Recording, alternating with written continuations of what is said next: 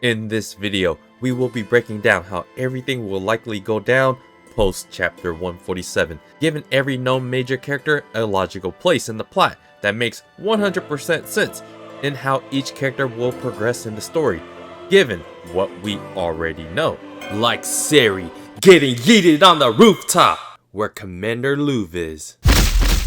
And what clues that lead me to believe how since Lineal and Frieren have the likeliest chance in being able to save the great mage Serie, Ashi no Megami. It's another week of the Frieren manga hiatus. Abe Tsukasa is taking it slow, drawing up emotional devastation while Yamada Kanehito twiddles the thumbs, changing the narrative ever so slightly for relief or heartbreak. With an updated script delivered to the great mage Serie, the Megami feat, it says, the spell that allows you to see the mimic only has a 99% accuracy rate.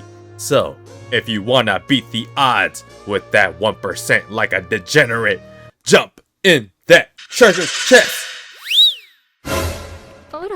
There are subtle clues about what will lead up to Serie's death. One is that she will end up fighting Captain Frasa, likely over the gatekeeping of magic, because Frasa 100% believes in Flame's way of giving magic to the world. A lot of Frieren is about the warping of ideals. Flame giving magic to the world is an ideal. Himo the hero is an ideal. There is no better proof of this than all of the legends like Himo the hero's hero sword that is just a fake replica. The hero of the South story against the 7 demon sages, and now the most recent one with the great mage Minas the Witch being defeated, supposedly by Commander Reve. Or it was a separate clairvoyant person.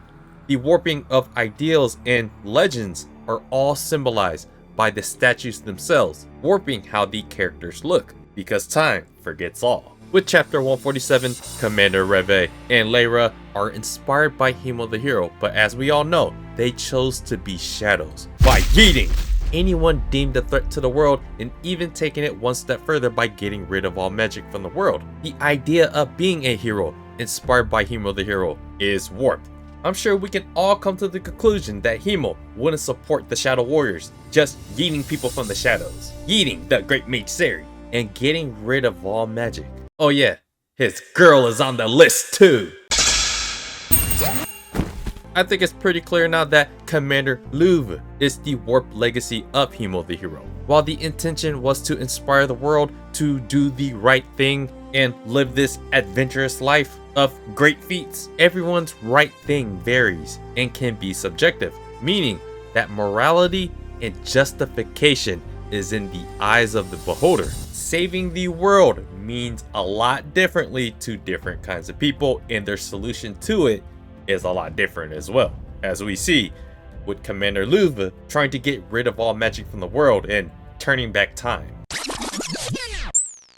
So while Helt is the warped legacy of Himo the hero, Captain Frasa becomes the warped version of Flame's legacy. We see here that she 100% supports promoting magic to the world. This is how we can see that she will butt heads with Serie, who denied Flame's request to train the Empire's mages, and is the biggest known gatekeeper of magic, going all the way back to mythic times. There are still many things about Frasa that remain a mystery, like how she ties into Megane's backstory, why Gluck regretted not yeeting her before, who Mach extremely desired to give her the business to send her to Oreo, or maybe wherever Demon Anya Forger is now. One thing that we can confirm from Serie's prophetic dream is that they will fight each other, even if it is to save time from something undisclosed. It's a wonderful battle that Serie will eventually be the victor of. Given the interaction between the Emperor and Captain Frasa, it seems like Captain Frasa is sneakily Dinkin have way more freedom to do what they think is right for the Empire. In an earlier video, I criticized that the Emperor just let his subordinate keep secrets from him. I mean, he's the damn Emperor. How is your people, like, keeping secrets from you? But it's clear that she does what she wants aside from betraying the kingdom. She has been given that much trust to do what she thinks is right for the Empire, even getting their hands bloody in protection thereof. That is where the warping of Flame's legacy becomes that. In her fight for promoting magic and protecting the Empire, she might be thinking that taking down magic's biggest gatekeeper will help magic grow even more. Or maybe in some weird way, her fighting Serie is her thinking of protecting Serie? Right now, we don't know why she wants to fight Serie, but we do know that she does. And she will lose. So where does Serie end up actually getting yeeted? Given the panel here in chapter 145 page 8 and comparing it to where Commander Luva and Lyra is now, it is safe to assume that she will make her way up to the roof for the... That begs the question, how does Serie end up on the roof? It has to be after fighting Frasa, right? We know for a fact that the ballroom symbolizes peace, that even Clematis is doing everything he can to make sure that no fighting will be going on in the room, and there is no one disturbing Yubel and Megane's fight against Routine and Iris. So with the Emperor going into the ballroom to greet Serie with his entourage, what do these two have cooked up that will lead them to minimize as much casualties as possible? I believe Serie has come to the conclusion that she isn't running away because she realizes what that leads to. Everyone else dying until she shows herself. No matter what happens in all of her prophetic dreams before she gets the Demon Anya Forja treatment. If you know that you're going to die, wouldn't you do everything possible to make sure you save as many people's lives as possible? And obviously prevent yourself from getting yeeted too? If I was in Serie's shoes, I mean the great mage Serie, the feet goddess's position, I would just isolate as many potential threats as possible into one place and just fight them.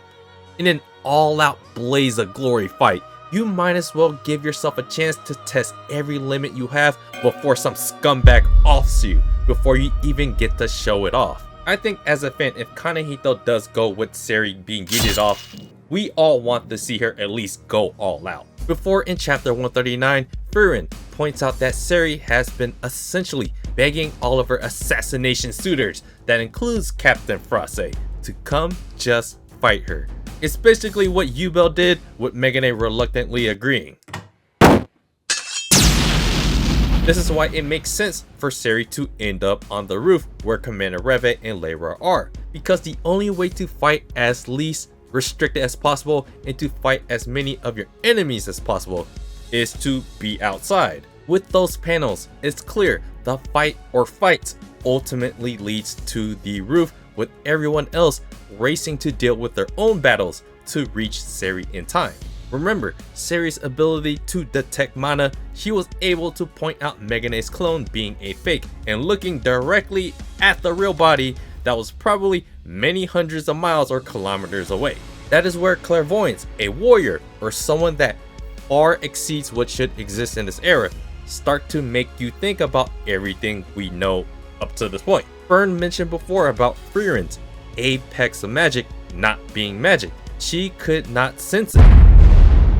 Sensing warriors is an entirely different ballgame, and one where if they are already at close distance, they can take you out, like what Frieren mentions about Stark being able to yeet her and Fern. This also ties in the time traveling element into the pot of mystery, because if Frieren went to the past, then there is a 99.9% chance that someone else was able to do so as well. That would make sense for someone to exceed the capabilities of the current era. Now let's discuss where everyone is currently occupied as of chapter 147. The Frieren story does a good job not aligning the exact time frame of everything occurring. One moment, Falch is near the ballroom, preventing people from entering an area where Yuba and Megane is fighting Routine and Iris, and the next, he's in the Unified Empire hidden tunnel getting his arm lopped off by Werlos and Gorilla Dubs.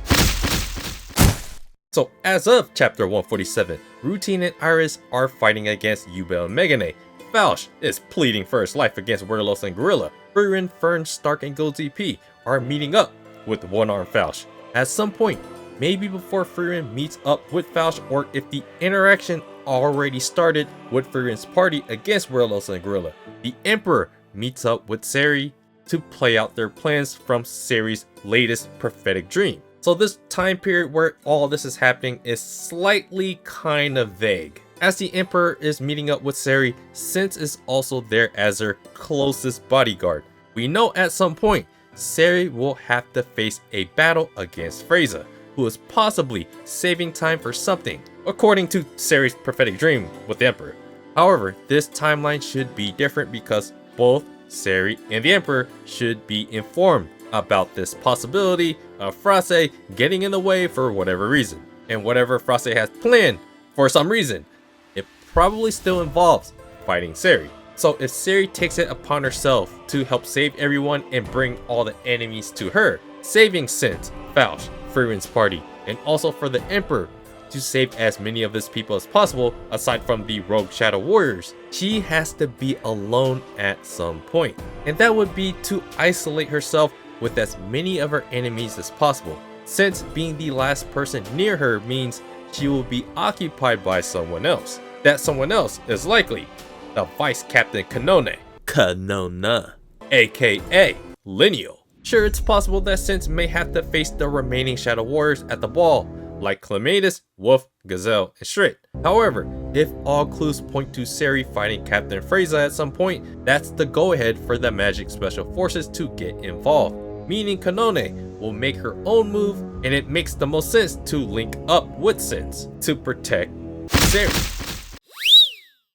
It is likely that Sense and Kanone will have to fight each other for a bit because we already know they have some kind of internal beef in the Continental Magic Association. It might not be as serious because they are technically on the same team, but it is one where the story already sets up what the relationship between each other is like, making it the most satisfactory narrative-wise that they will have to face each other and have an encounter.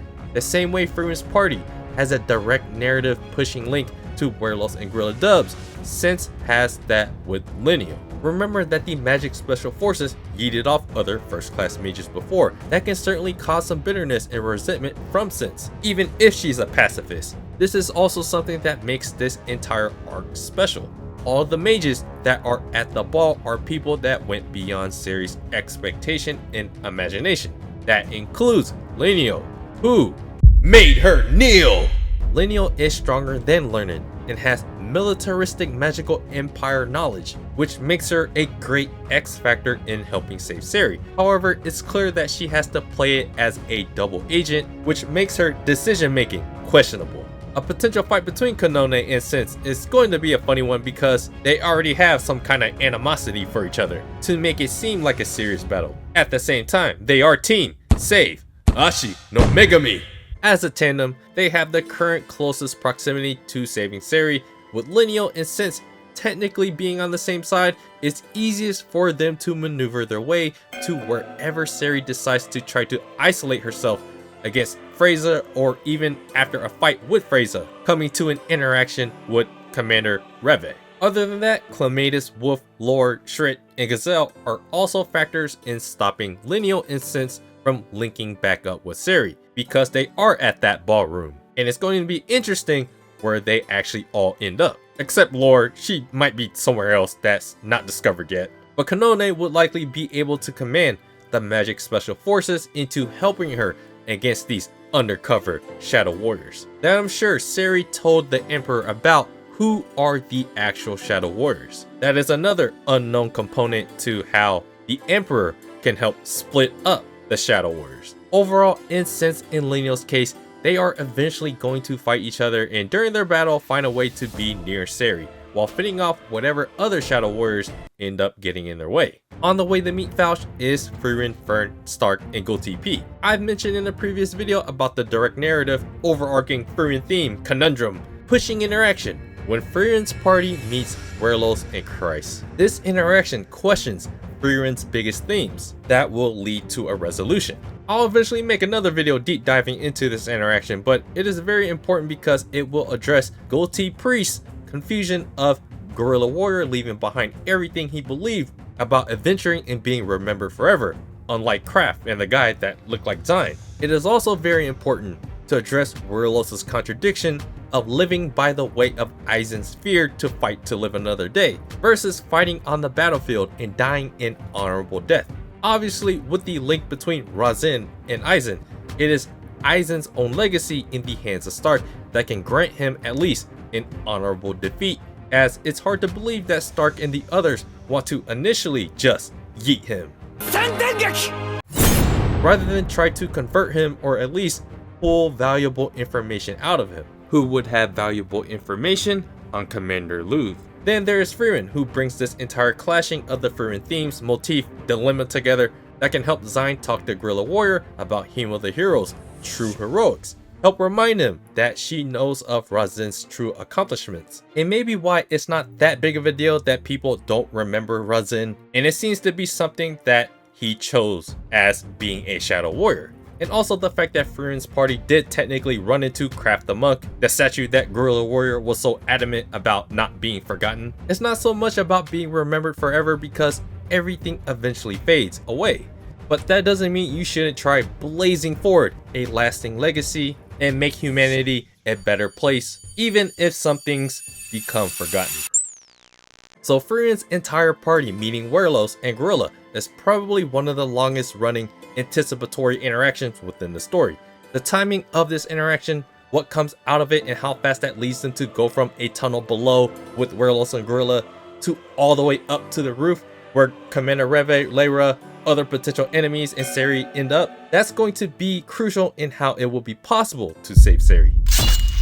So right now, Lineal and Sense are closest in proximity and are technically allies that I believe will come face to face, as Serie ends up facing Frasa. At the same time, Frieren and the others are farthest, but they have the perfect Shadow Warrior matchup that addresses all of their concerns and how they tie into Frieren's party, with the potential of getting valuable information and even recruiting them, which will play as a huge X factor in all this, with Guerrilla making the most sense. There is Megane and Yubel fighting Routine and Iris. At this moment, I think they will continue being tied up fighting them. But of course, they could end up breaking away from that fight as well, especially if the Magic Special Forces get involved. At some point, I do believe that Frieren's party, with the potential of Guerrilla Warrior and Werlos helping them, will be massive. Like I mentioned earlier, the story does subtle things with the manga panels to tease fights and interactions.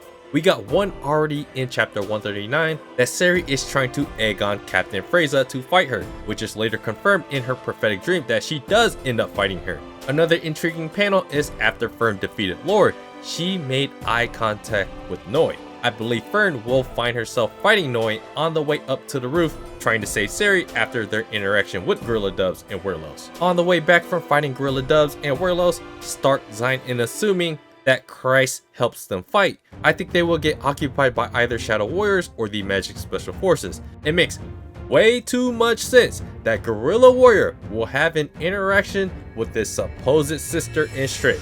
This is why I believe Frieren's party will convert Guerrilla to their side, because it makes zero sense to tease the meaning of this connection without having them interact at some point. Because of right now, Strait and Guerrilla Warrior are in completely different areas in the plot. There are characters like Wolf, the almost dome-shotted Lore, Gazelle hanging around the ball. There are other Magic Special Forces members like Weg, Lager, and Growl. They either end up fighting the Shadow Warriors or end up meeting with the other characters. There is also the one-armed Falcon.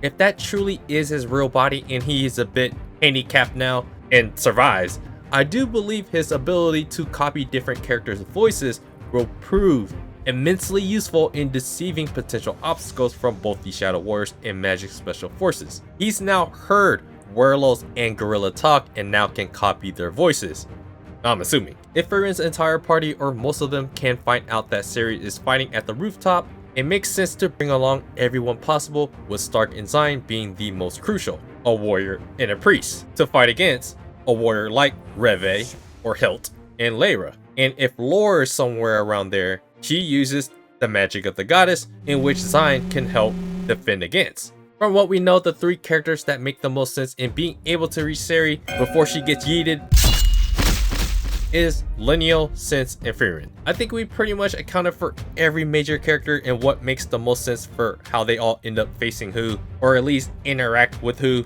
I think Sense, being her closest bodyguard, may have some tricks up their sleeve. Lineal having both a good understanding of magic from a militaristic side, and Frieren with her hidden knowledge and seeing her apex of magic. I think they are all capable of reaching Serie in time. If Stark and Zine isn't already helping others like Gorilla against Shred, or with Shred, or Fern against Noi, there is a plausible need for both a warrior as strong as Stark that can help fend off Commander Reve. And Zine, who can use priest magic, can help defend against the likes of lore or whatever mysterious magical factors that might come up. And if we are really lucky, Werlos would still be around to help in some capacity. There are many other unknown factors like undiscovered characters, like if the clairvoyant person that is trying to yeet Serie is someone else other than a known shadow warrior or even a magic special force member.